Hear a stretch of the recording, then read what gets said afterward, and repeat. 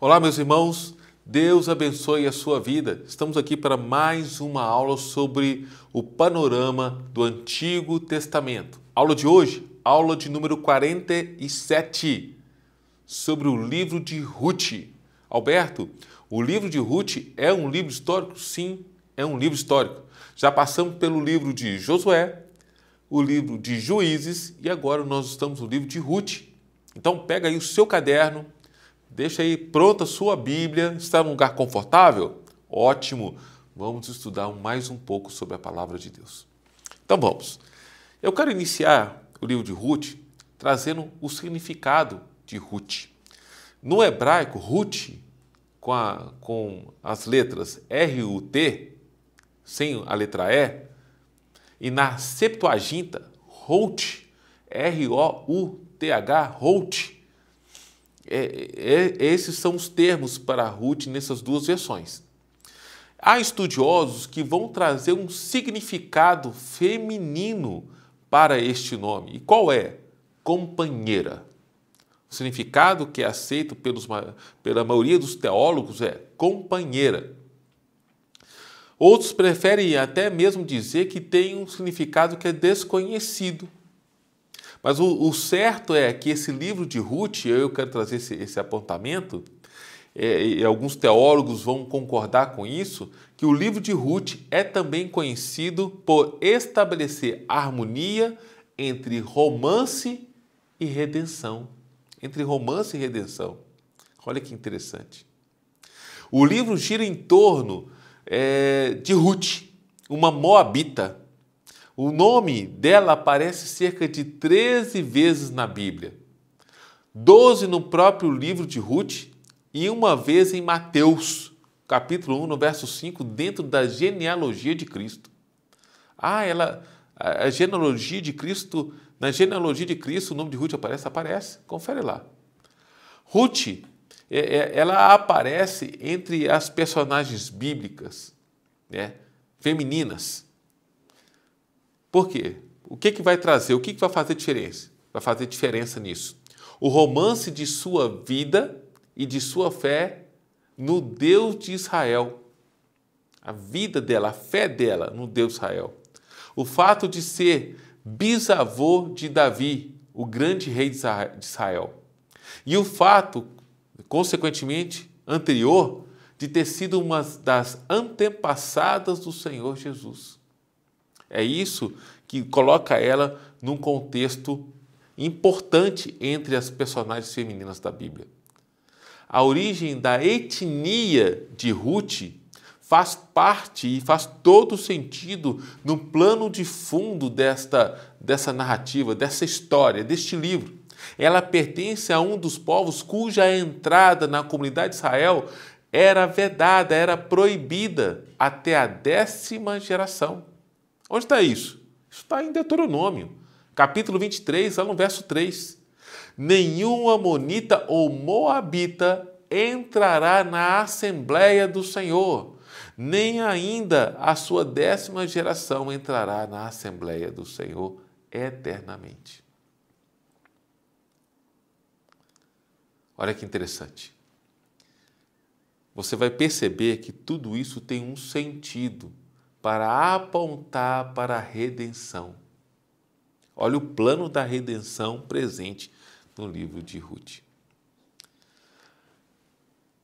Os filhos de Noemi. Vamos falar sobre Ruth e Noemi. Os filhos de Noemi, Malom e Quilom, eram casados com 2 mulheres moabitas. Eles faleceram e deixaram as suas mulheres, as noras de Noemi, viúvas.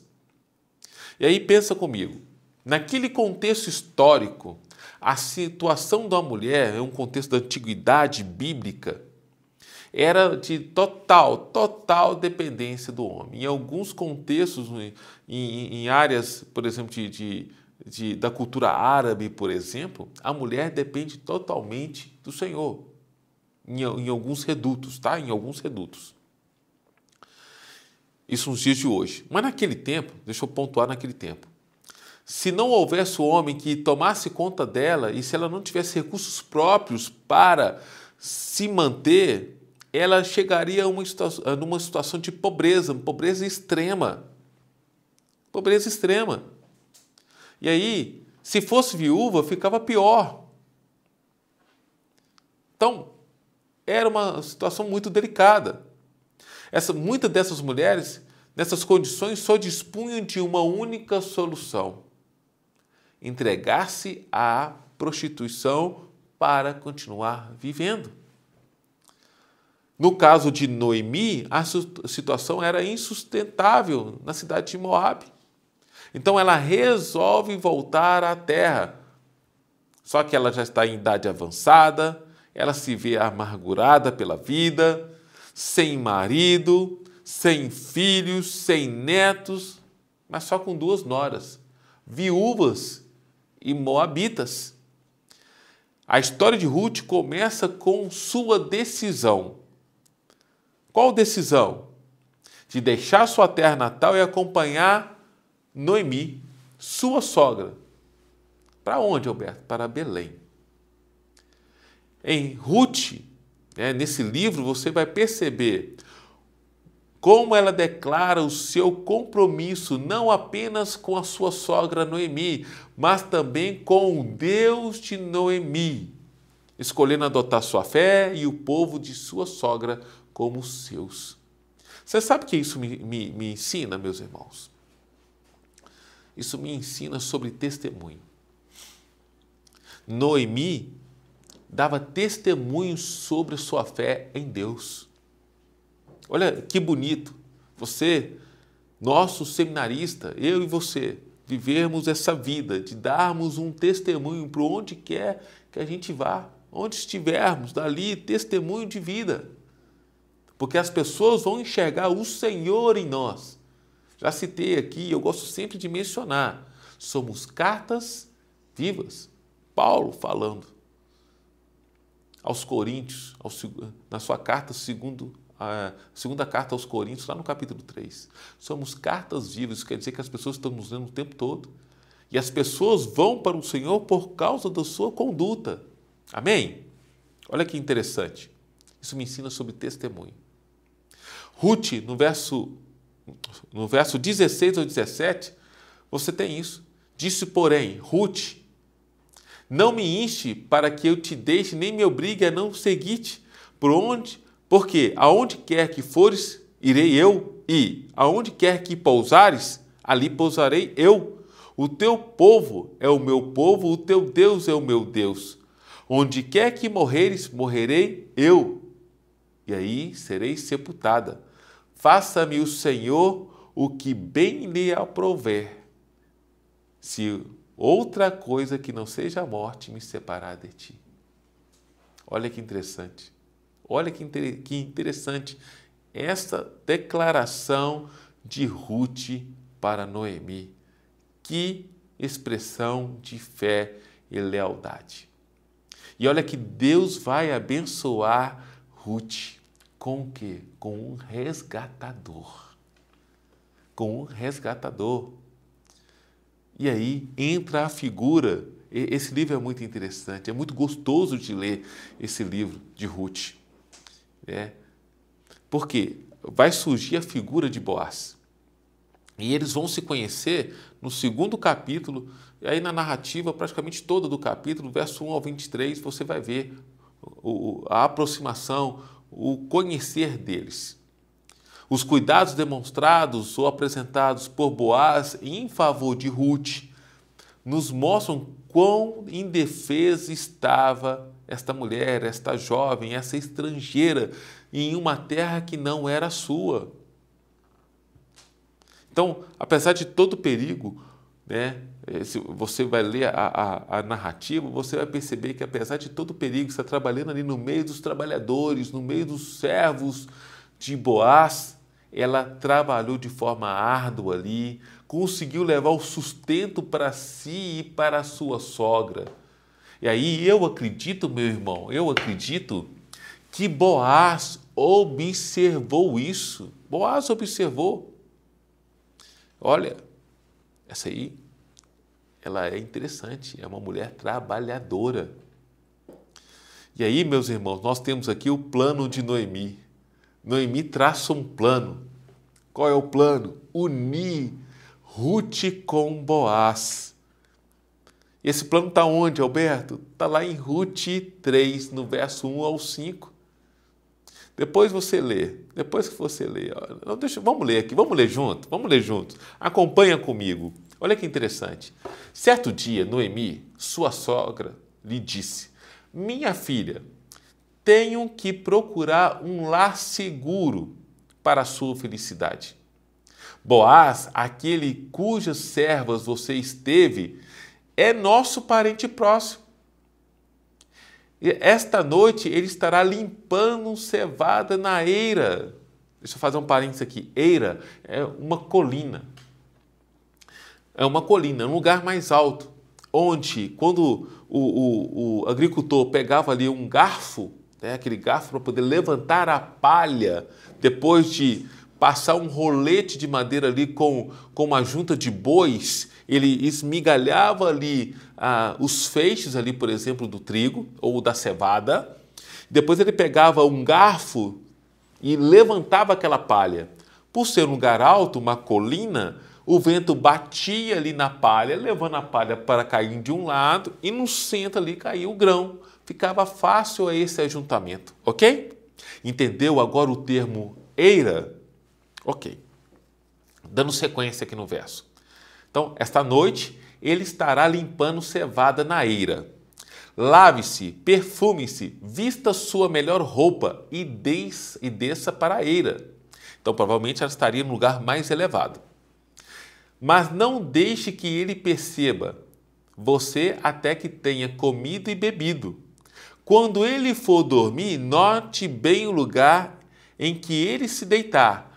Então vá, descubra os pés dele e deite-se, e ele lhe dirá o que fazer. Respondeu Ruth: farei tudo o que você está me dizendo. Vamos entender o que isso quer dizer?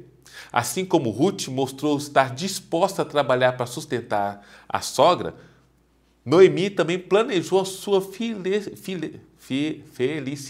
Opa, travei aqui. Felicidade, a felicidade da sua nora, a felicidade de Ruth.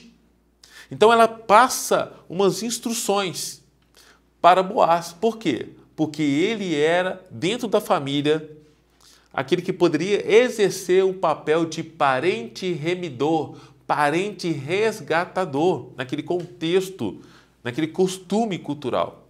Noemi sabe que Boaz vai joeirar cevada na eira esta noite. Alberto, o que é joeirar? Algumas bíblias vai trazer esse termo. É limpar, é esse ato que eu falei de pegar o garfo, jogar, é um garfo grande, né? Jogar a palha para cima para o vento jogar a palha leve para um lado e o grão cair num lugar. Reunido no lugar. Esse processo era feito pelos agricultores daquela época e também, não só por Boaz, mas também pelos seus trabalhadores. As instruções passadas por Noemi deveriam ser cumpridas por Ruth. Ela deveria tomar essa iniciativa para realizar uma conquista amorosa. Seria como fosse um piscar de olho, aquela olhada para conquistar. Então Noemi incentiva Ruth a vestir sua melhor roupa, a lavar-se, a usar um bom perfume. Né? E não há mistério nessa estratégia. Noemi quer que Ruth seja o mais atraente possível para atrair a atenção de Boaz. Talvez Noemi tenha visto Boaz ali por ser um homem de meia idade, um solteirão que não tomaria iniciativa. Alguns vão ter essa percepção. Alguns teólogos, Champlin, salvo engano, vai ter essa percepção. Que ele era um homem que não tomaria iniciativa de se aproximar de Ruth. Mas depois que Ruth pediu que ele lançasse a capa sobre ela, mostrando assim que o aceitaria com prazer como marido, Boaz começou a agir. Ele viu, olha, ela deu sinal verde. Então ele foi cumprir o protocolo da época. Assim, Noemi planejou de modo estratégico, porque ela já sabia de como acontecia toda a formalidade. Mas o primeiro obstáculo para Boaz foi afastar um outro parente mais chegado. E aí ele consegue fazer isso, valendo-se do argumento que ele também deveria casar com Noemi. O parente mais chegado não aceitou, né? Não só ele levaria a Ruth, mas teria que levar Noemi junto. Nossa, é como se tivesse casar com a sogra. No caso, não é a sogra, né? Não seria a sogra dele. Então, Boaz, ao tomar Ruth como sua esposa e redimir a herança da família de Elimeleque, serve como um apontamento de uma figura tipológica de Cristo como Redentor. A figura de Boaz é a figura de Cristo. Esse processo de remidor, resgatador, é o que o Cristo fez conosco. Em Ruth 4, no verso 13 ao 15, a gente percebe a redenção que Boaz oferece não apenas para resolver a situação de pobreza e vulnerabilidade de Noemi e Ruth, mas também para fazer esse apontamento para mim e para você da salvação e redenção em Cristo. Esse é um apontamento espiritual, algo que vai apontar para o futuro. Então, desta forma, Boaz ele vai agir com responsabilidade, com respeito à lei e pelas pessoas da comunidade. Você sabe onde isso aconteceu? Na porta da cidade. E por quê? Porque era na porta da cidade, naquele tempo, que as grandes questões eram resolvidas, porque ali havia um grande número de pessoas que serviam de testemunhos. E tudo isso vai apontar para a genealogia de Davi. A inclusão de Ruth na genealogia de Davi, como está lá detalhado em Ruth 4, do verso 18 ao 22, não é um ponto só de interesse geológico, mas também de um aprofundamento teológico.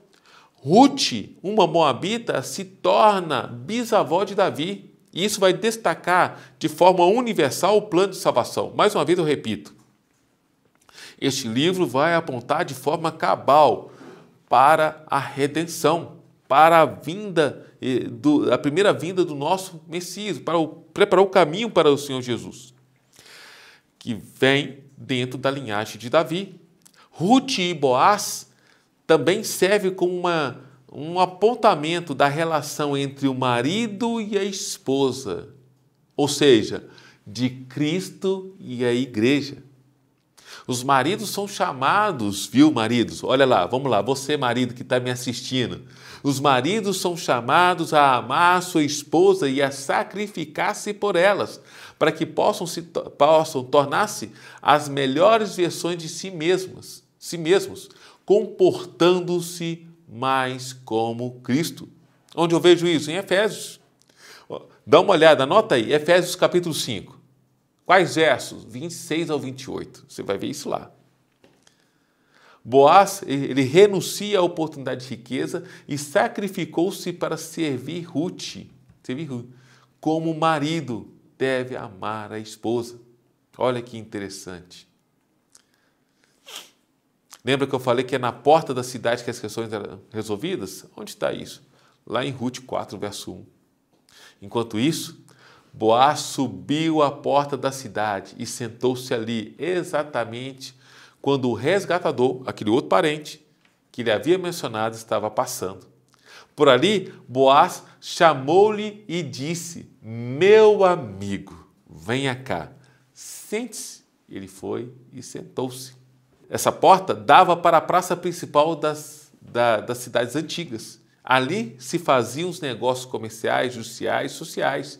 E havia um costume antigo. Qual era o costume antigo? De trocar de sandálias para efetivar um negócio. Alberto, isso está na Bíblia? Está. Ruth 4, verso 7 e verso 8. Lá diz assim: antigamente em Israel, para que o resgate e a transferência de propriedade fossem válidos, a pessoa tirava a sandália e dava ao outro. Assim, oficializavam os negócios em Israel. Olha que interessante, olha que informação importante e interessante. Quando, pois, o resgatador disse a Boaz: adquira a você mesmo Praticamente Boaz não demorou muito, sacou suas sandálias e entregou. Esse foi o sinal que garantiu o resgate de Ruth. Isso traz para mim um apontamento de quê, Alberto? Da providência divina. E é com isso que eu encerro essa aula. Você precisa entender que um dos temas recorrentes do livro de Ruth são exemplificados quando Boaz resgata Ruth. Esse é um evento que serve como testemunho da preparação, do cuidado e da operação divina na vida do povo de Israel. Por quê? Porque vai apontar para o seu futuro e vai apontar para o meu e o seu futuro em Cristo. O agir de Deus. O livro vai apontar para exatamente isso, pelo agir de Deus na história da humanidade. Então, esse livro ele vai ensinar que Deus está ativo na vida cotidiana, orientando, trazendo providência para os seus filhos e apontando o caminho para a redenção. Amém? Terminamos mais uma aula de um livro histórico, o livro de Ruth. Amanhã nós retornaremos para mais uma aula do módulo 6 e vamos continuar falando sobre livros históricos. A aula de amanhã é sobre o primeiro livro de Samuel. Te vejo amanhã aqui neste canal. Forte abraço.